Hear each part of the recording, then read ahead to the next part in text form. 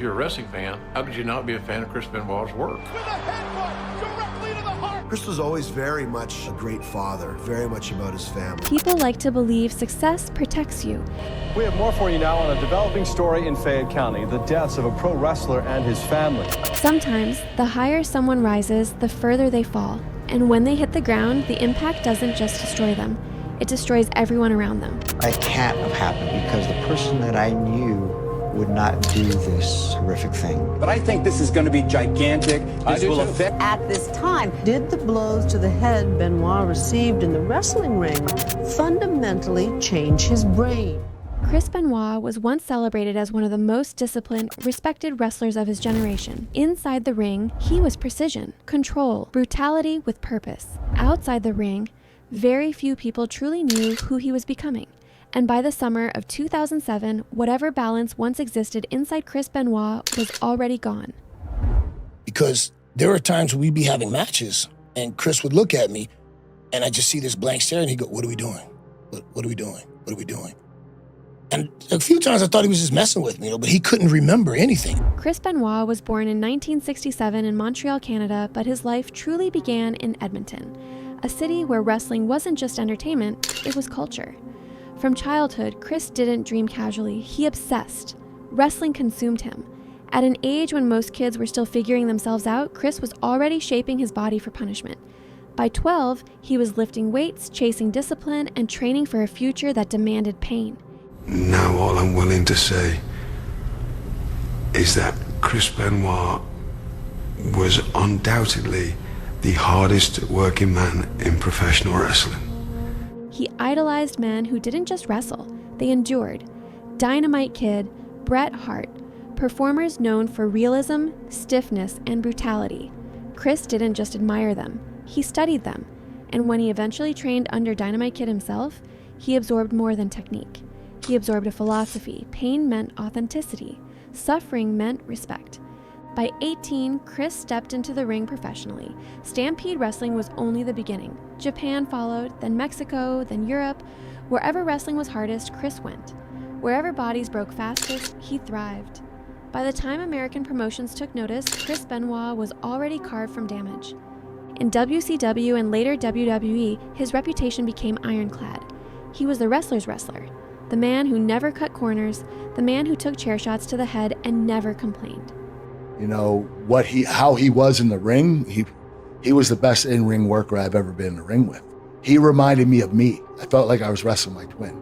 Chris, nobody more intense than him except for me.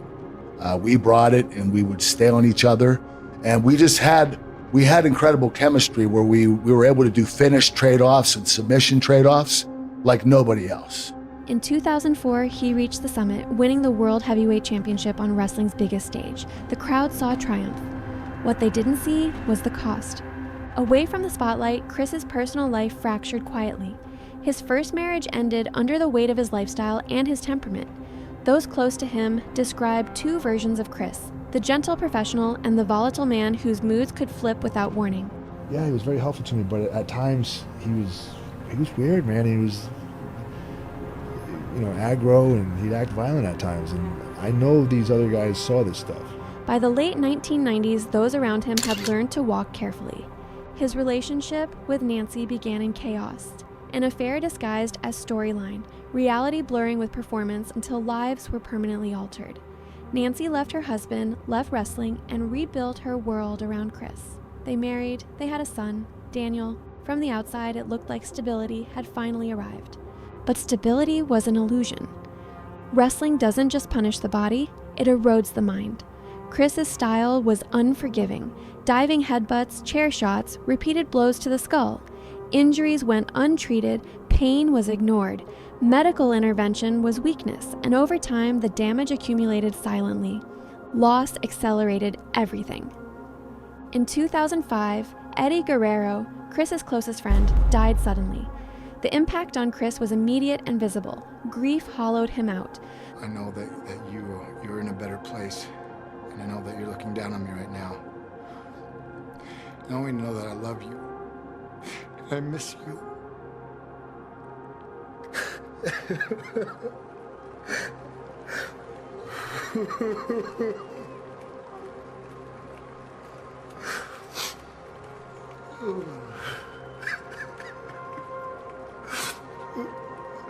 Eddie, you made such a great impression on my life. And I want to thank you for everything you've ever given me.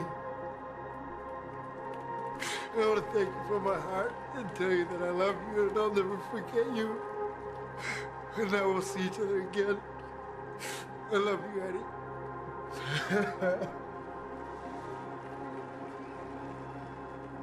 Those around him noticed the change. He became withdrawn, paranoid, emotionally distant.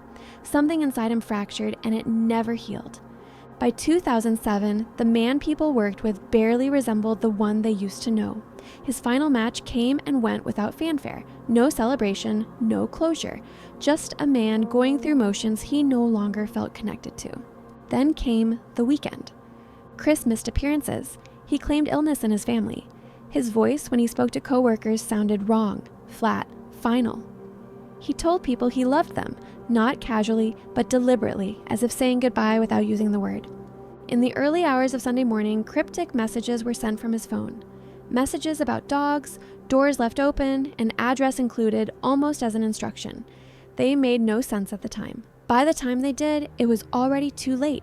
Well, the wrestling world in shock today. Former champion Chris Benoit found dead in his Atlanta home along with his wife and young son. Police now treating the discovery as a double murder-suicide. The man on the left is a former champion pro wrestler, WWE style. There are a lot of accusations and allegations about what's happened with him in domestic violence in his life. But today's accusation is this.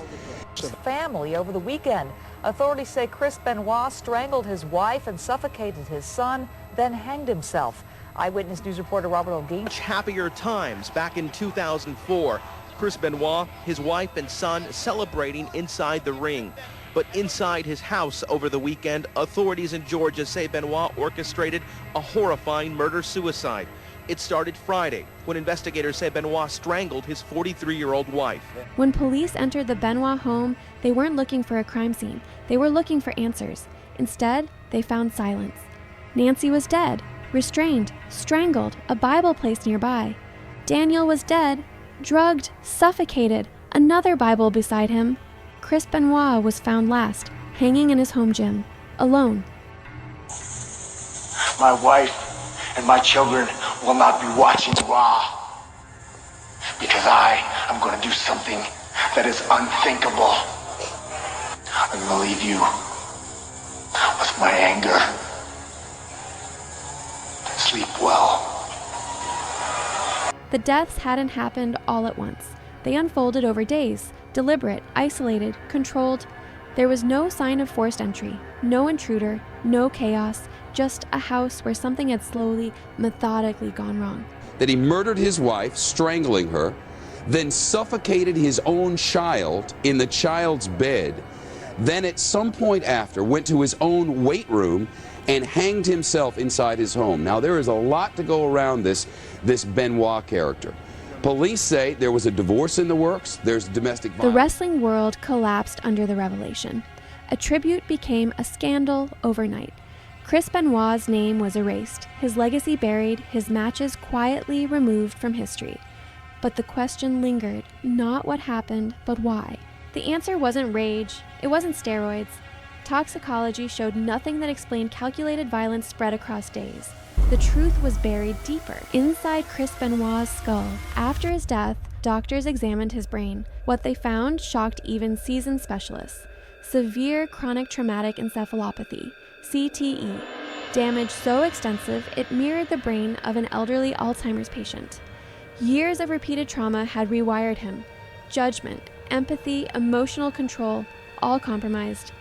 And he was talking about the voices in his head telling him to kill his family. You know, some of these different NFL players that were having like these, explosive anger issues and voices talking to him. It gave me, as heartbroken as I was and as angry as I was at Chris, then it gave me an understanding. My friend that I knew that took care of me, that was so good to me, the friend that I knew didn't do that. The CTE that destroyed his brain caused him to do that. CTE doesn't excuse murder, but it explains deterioration. It explains why a disciplined man unraveled, why grief turned into paranoia, why control gave way to something colder and more detached.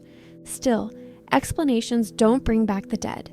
Nancy Benoit lost her life to the person she trusted most. Daniel Benoit never had the chance to grow up. Their story is often overshadowed by the name attached to it, but they are the real victims. In the end, Chris Benoit didn't lose a wrestling match. He lost himself, and when he fell, he took everything with him.